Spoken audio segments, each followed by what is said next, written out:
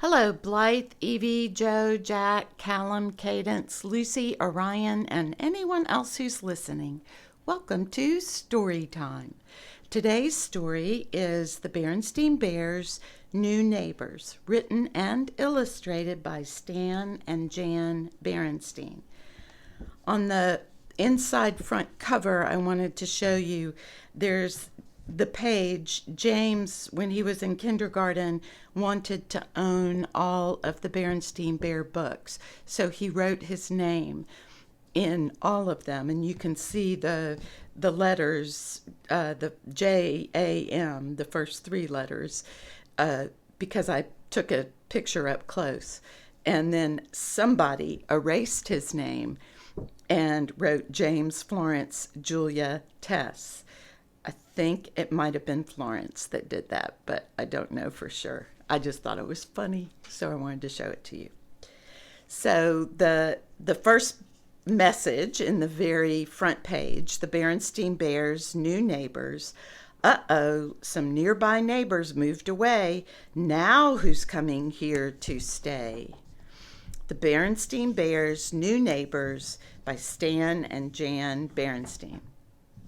I wonder how long it will be empty, said Sister Bear. She was talking about the house across the road. The family that had lived there had moved to Big Bear City. Now the house was empty and had a for sale sign on it. It's hard to say, said Papa Bear. I don't think it will be empty very long, said Mama. It's a very nice house. I just hope whoever moves in has cubs, said Brother Bear. Especially girls, said Sister. Just then, Mrs. McBear, the real estate person, drove up and stopped in front of the empty house. Wow, it's interesting, when we first started reading Berenstain Bear books, they just lived down a small country road. Now they live in a neighborhood and they have people living across the street. She got out of her car and hammered a sold sign over the for sale sign. How about that, said Papa. Somebody bought it already. He called across the road. Say, Mrs. McBear, who's moving in? Hi, Bear family, she said. Can't talk right now, too busy.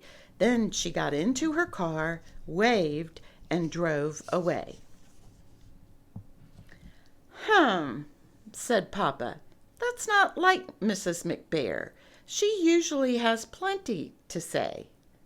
Maybe she doesn't know who will be moving in, suggested Mama. Of course she knows, said Papa. Whoever it is, she sold them the house, didn't she? I suppose so, said Mama, but I don't know what difference it makes. It makes a lot of difference, said Papa. It's important who your neighbors are. I just hope whoever moves in has cubs, said Brother. Especially girls, said Sister. Brother and Sister Bear just want friends, don't they?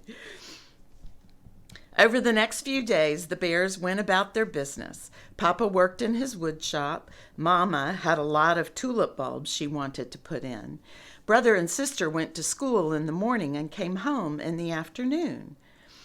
Look at them getting on the bus and then getting off the bus after their day at school. Once in a while, they wondered what their new neighbors would be like. Would they be young or old? Would they be friendly, or would they keep to themselves? Look at how they're looking at the house, wondering. Hey, said Brother early one morning, our new neighbors are moving in and they do have cubs. Sister ran to the window. Any girls? She said. Yep, said Brother. 2 girls and 1 boy. And look, the boy is into sports. At least he's kicking a soccer ball around. Come on, sis, let's go over and play. Look at the little girls waving up at the window where Sister and Brother Bear are looking. Now, hold on, please, said Mama, who had joined the cubs at the window. But Mama, said Sister, it's Saturday and we don't have to go to school. We've got to give them a chance to get moved in, Mama said. They do look like a lovely family. We'll all go over later and welcome them. said Papa, looking out of the window. Now, who do you suppose they are? He added in a grumpy tone of voice. And what do you suppose they're doing here? That's not very friendly, is it?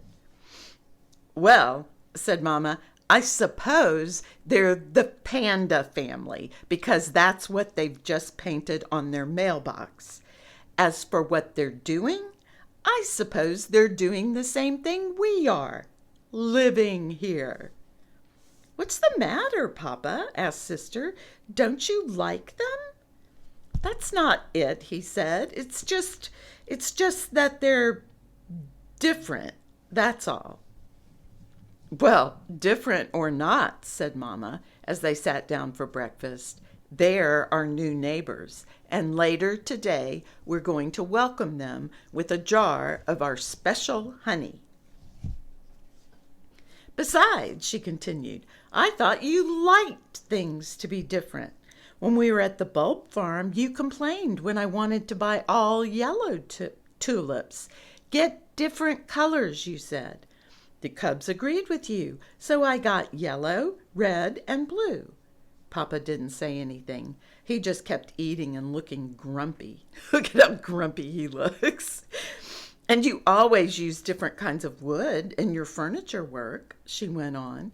And if we have the same thing for dinner 3 nights in a row, you say, not the same thing again. Why can't we have something different?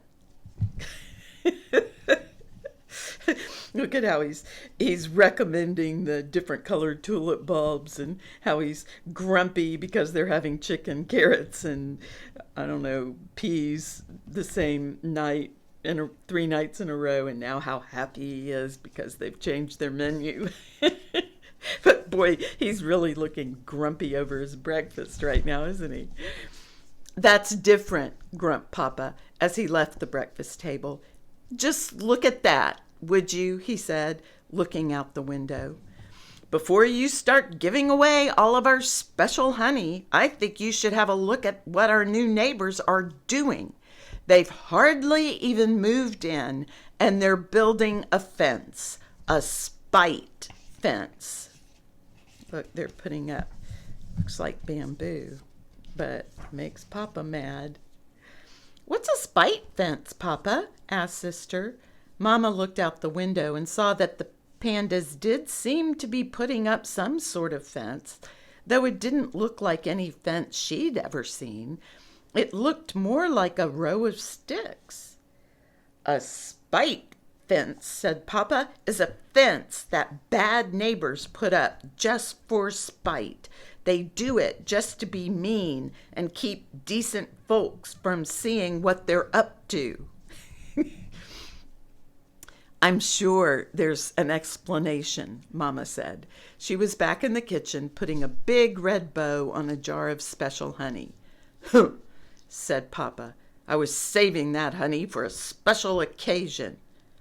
New neighbors are a special occasion, she said. Hi, neighbors, said Brother. We're Brother and Sister Bear. He and Sister had decided not to wait for the family welcoming visit. We live in that treehouse across the road. I'm Peter Panda, said the new cub. These are my sisters, Pam and Patty. The new cubs were very friendly, and pretty soon one and all were busy talking about the things cubs talk about. Oh, look how happy they are to see each other. It turned out that Peter Panda not only had a soccer ball, he was a soccer whiz, but he didn't know much about baseball or football. He agreed to show Brother some soccer moves if Brother would teach him about baseball and football.